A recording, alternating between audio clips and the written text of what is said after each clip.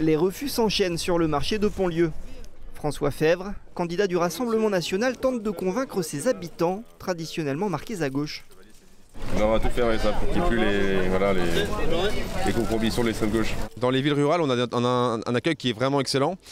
Ici, c'est plus mitigé, même si voilà, on a quand même pas mal de personnes qui nous parlent de changement, qui ont vraiment envie que ça change.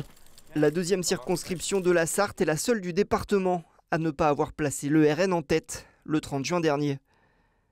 Mais le candidat croisant ses chances est dans un report favorable des voix des électeurs de Samuel Chevalier, celui qui est arrivé 3e et qui s'est désisté pour faire barrage au Rassemblement national.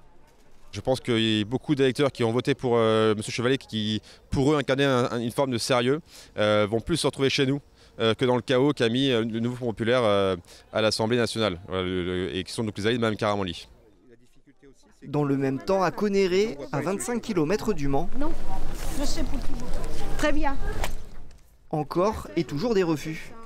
La députée sortante Marietta Caramanli veut rassurer dans un village qui a voté à 45% pour le Rassemblement national. Il y a eu un vote RN très important et je suis là aujourd'hui pour leur dire ne pas oublier celle qui est toujours présente et celle qui porte leurs préoccupations.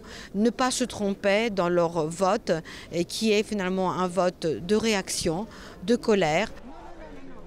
D'ailleurs, pour chasser sur le terrain du RN, la candidate a adapté son tract, avec en deuxième priorité la sécurité.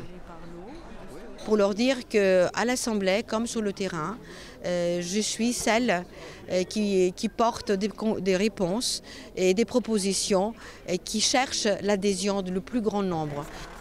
Alors que la campagne touche à sa fin, l'issue de cette élection reste incertaine. Les électeurs auront le dernier mot le 7 juillet.